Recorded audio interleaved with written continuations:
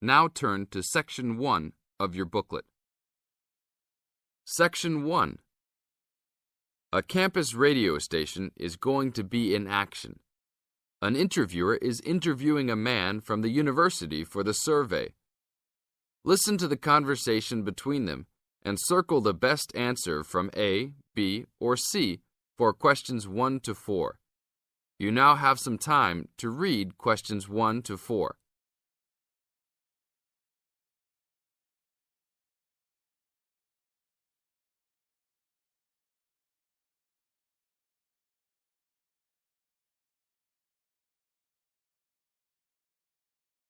You will see there is an example which has been done for you.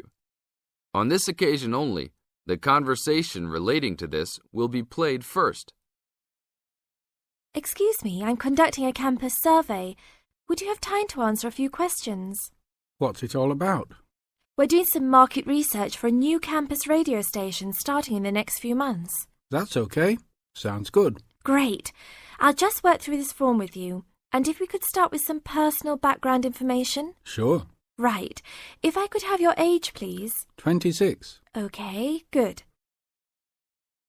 The teacher being interviewed is 26 years old, so B is circled. Now, we shall begin. You should answer the questions as you listen, because you will never hear the recording for the second time. Listen carefully and answer questions 1 to 4. Excuse me, I'm conducting a campus survey. Would you have time to answer a few questions? What's it all about? We're doing some market research for a new campus radio station starting in the next few months. That's okay. Sounds good. Great. I'll just work through this form with you. And if we could start with some personal background information? Sure. Right. If I could have your age, please. 26. Okay, good. And are you a student, teacher, or in another job? Well, I'm a tutor, but I'm also a postgraduate student, so I don't know what you might call me. What do you think? Okay, well, I'm more of a teacher, really. Fine. And would you mind if I asked about your salary, or I could leave it blank? No, that's okay. It's $20,000 a year. Thanks. Right. Now about your current listening habits. What would you say is your main reason for listening to radio? Well, I'm usually busy during the day at work, so I usually only listen to the radio at night. It helps me relax and unwind, even if I'm studying. Good. And how many hours a day on average do you listen to the radio? Well, not a lot really. I'd say just over an hour all told. Now you have some time to read questions 5 to 10.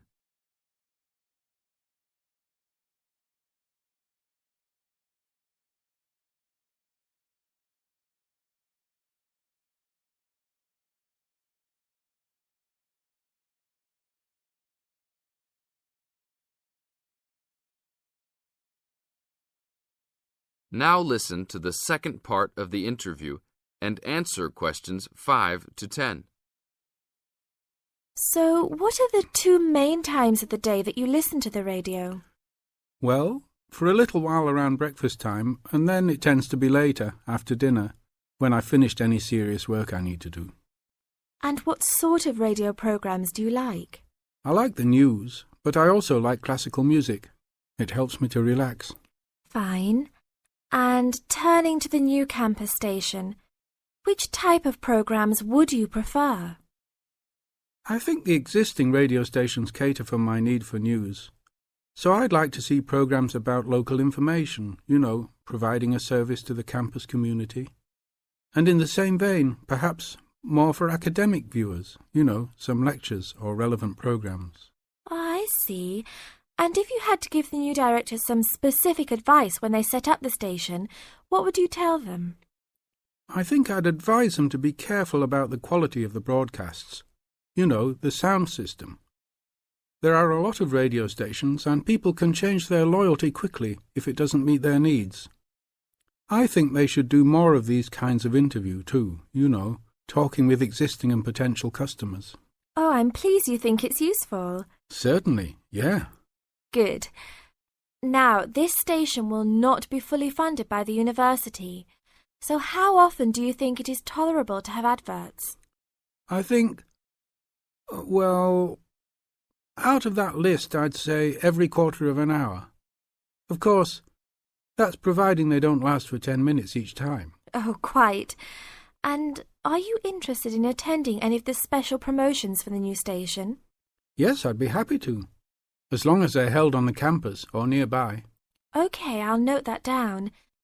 And finally, may we put you on our mailing list? Well, I prefer not, except for the information about the promotions you just mentioned. OK. Can I have your name and address? Of course. I have a card I can give you. Oh, great. And thanks a lot for your time, and we look forward to seeing you. Yeah, sure. Thanks. This is the end of Section 1. Now you have half a minute to check your answers.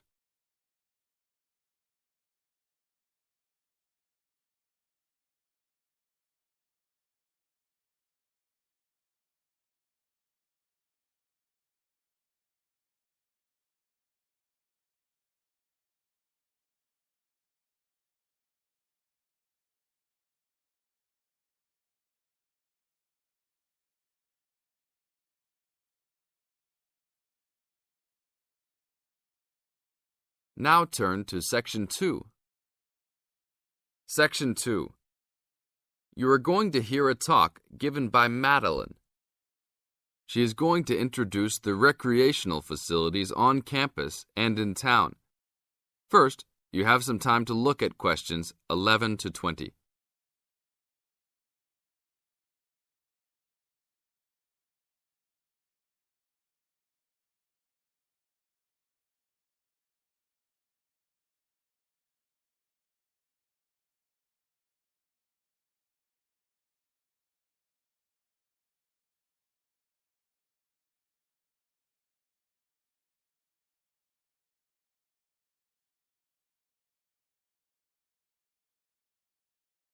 As you listen to the talk, answer questions 11 to 20. Well, good morning, everybody. My name's Madeline Stewart, and I'm here to tell you about the recreational facilities available on campus, and also to tell you something about what the town has to offer. You may already know that your Students' Union membership also includes membership of the Sports Union, which provides a range of sporting and recreational facilities on campus, much the same as those in most British universities. The Sports Union has football, tennis, and cricket teams in local competitions. And really, most sports are catered for in some way on campus, even if they're just social matches.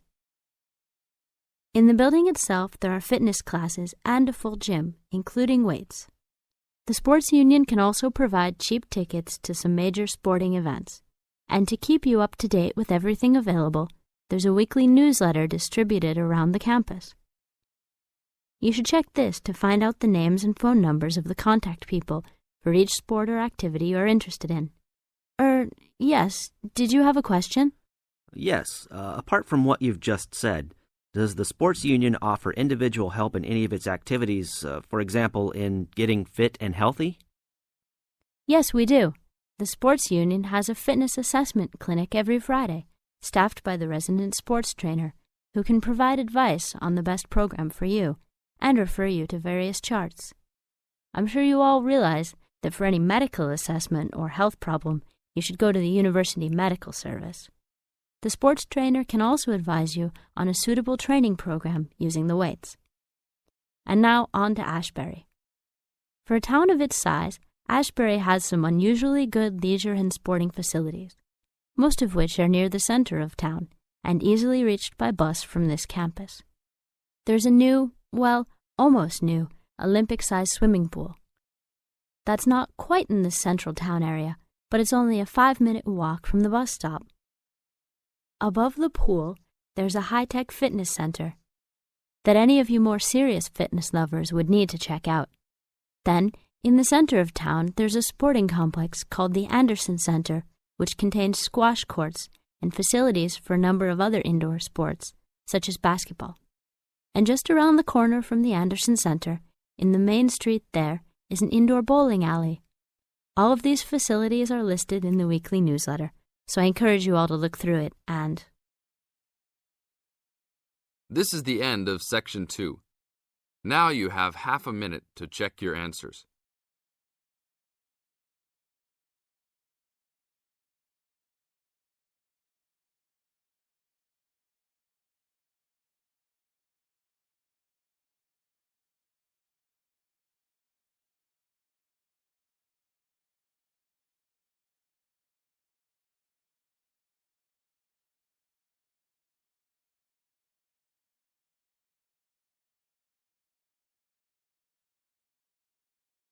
Now turn to Section 3. Section 3. You are going to hear a conversation among Dr. Archer, Larry, and Judy, talking about the new term. First, you have some time to look at questions 21 to 26.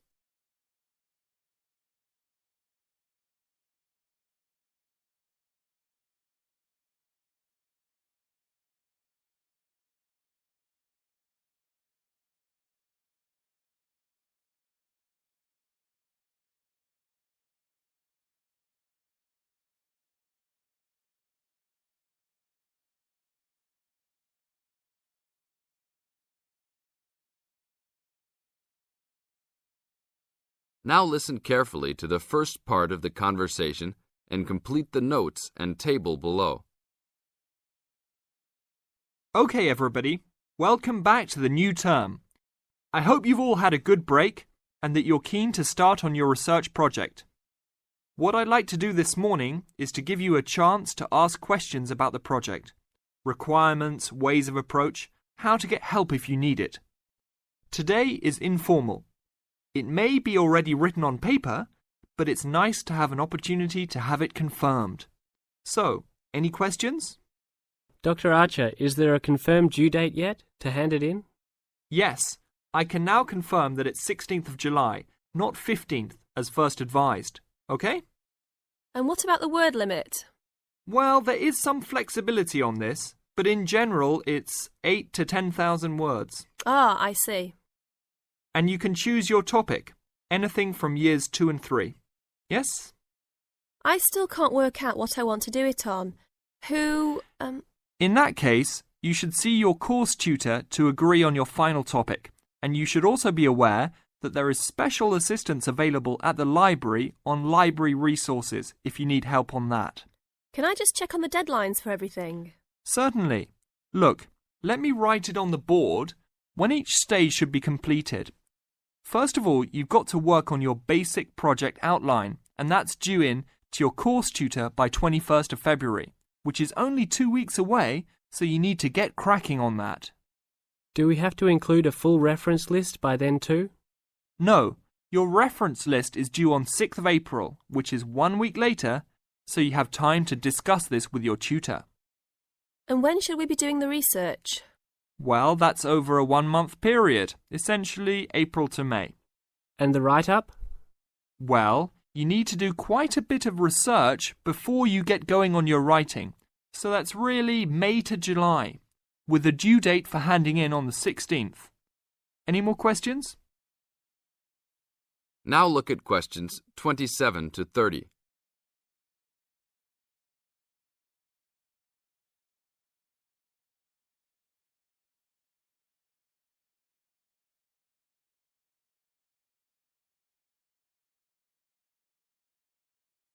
Listen to the second part of the talk and match A, B, or C with questions 27 to 30. Well, sir, just some advice really. It's about the research approach. Would you advise us to use some case studies? Well, Larry, I know these can be difficult to arrange sometimes, but I really feel they are of great benefit in this subject. You can always talk to your tutor if you're having difficulty. Yes? I've looked over some previous research projects that are in the library. Is that a good idea, sir? I heard... Okay. I don't think you should go through them in detail, especially at this early stage, or you might end up being influenced by them more than you realise. But yes, it really is about the best guide you can have to what's required to what's expected in this type of project. Sorry, Judy, I butted in on you. That's all right. It's just that I noticed one project was a joint one. They work together as a pair. Is that a good idea? Yes, I remember that paper. Working in a pair can have some advantages, but to be frank, this is meant to be an individual project, so it's best to work on your own. About using subjects, is it okay if we use family members? Your own relatives? I don't see why not. They probably offer some advantages in terms of availability, although you need to guard against possible effects on your research outcomes. So, you can if you want. Perhaps you should discuss this with your tutor if you plan to use relatives, so you can approach it in the best way. Okay, thanks. Okay then.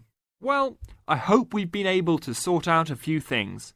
You're welcome to see me at any time, or drop me a note if you have any more queries. Fine, thanks. This is the end of Section 3. Now you have half a minute to check your answers.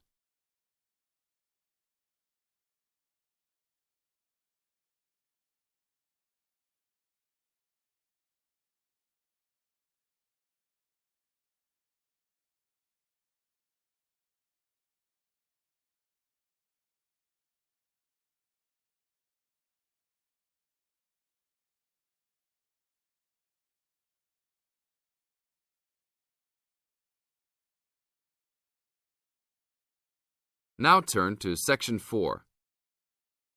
Section 4. You are going to hear a lecture about the geographic information about Australia. You now have some time to read questions 31 to 40.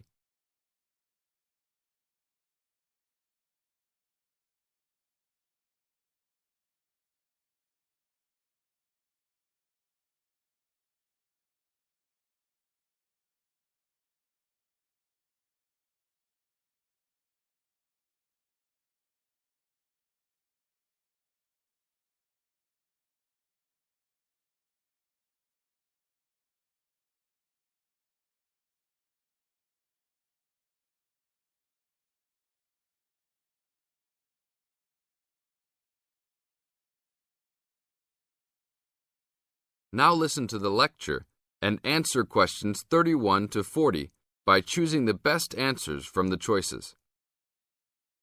Good morning, everybody. We'll continue to look at Australia, and today look at one of its greatest natural challenges, water for the agricultural sector. As the only nation to occupy an entire continent, Australia has a unique environment, with much of it very flat and dry. One notable feature of the Australian continent is that it is the lowest of the continents. The average elevation is less than 300 metres, compared with the world's mean of 700 metres, and its highest mountain is only 2,228 metres, so it is overall a very flat country. It is also dry. In fact, Australia is the driest, after Antarctica, of the continents. Yet Australia has extremes of climate and topography. There are rainforests and vast plains in the north, snowfields in the southeast, deserts in the centre, and fertile croplands in the east, south, and southwest. And Australia contains some of the wettest areas on Earth. In western Tasmania and on the northern Queensland coast. But half of the continent has an annual rainfall of less than 300 millimetres each year, and only 20% has more than 600 millimetres each year. A major problem is that the limited water resources do not match up with where water is consumed. The major water resources are in northern Australia and Tasmania, whereas most of the agriculture and people are in southeastern mainland Australia. The agricultural sector is the largest consumer of both self-extracted and main-supplied water, using over 70% of total net water consumption. Electricity and gas supply, and water, sewerage and drainage services use notable amounts of self-extracted water. However, Net consumption in the household sector is the lowest, just 8% of total net water used. Australia's water use increased by 25% over the decade between the mid-1980s and mid-1990s. Much of this increase was due to irrigated agriculture, which, as noted earlier, accounts for over 70% of national water demand. Since the mid-1990s, the growth and profitability of irrigated agriculture has outstripped the dryland agriculture sector. Irrigated commodities contributed almost a third of total farm exports in the mid-1990s. The results of a special government report in 2000 showed that if today's water use arrangements continue, the water needs of the rural industries will outstrip water availability by about 2020. Irrigated agriculture, Australia's major water-using sector, would be seriously affected by the shortfall. And although groundwater underlies large areas of Australia, it accounts for only 4% of water use. So, clearly, apart from water for households, which mainly comes from dams or rivers, it is the rural sector where efforts towards water conservation are particularly directed. In this sector, the largest consumers of water are the meat and wool industries. One of the major problems in considering sustainable agriculture is the large amount of irrigated water used to produce these products. Some of the crops, such as wheat, maize, and soybeans, also use a lot of water. Furthermore, many crops are grown in dry areas, where up to half the available water evaporates from the soil surface or seeps down too low into the ground for the plant roots to reach it. Well, that's all we have time for this morning. You will be able to do further study on this topic in the library, and I have a handout here with references for those who want to come out to the front to collect it. Next week, we'll look at outback farming and... This is the end of Section 4. You now have half a minute to check your answers.